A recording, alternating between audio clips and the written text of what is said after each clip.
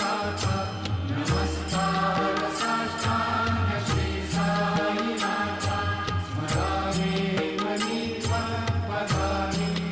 Bhave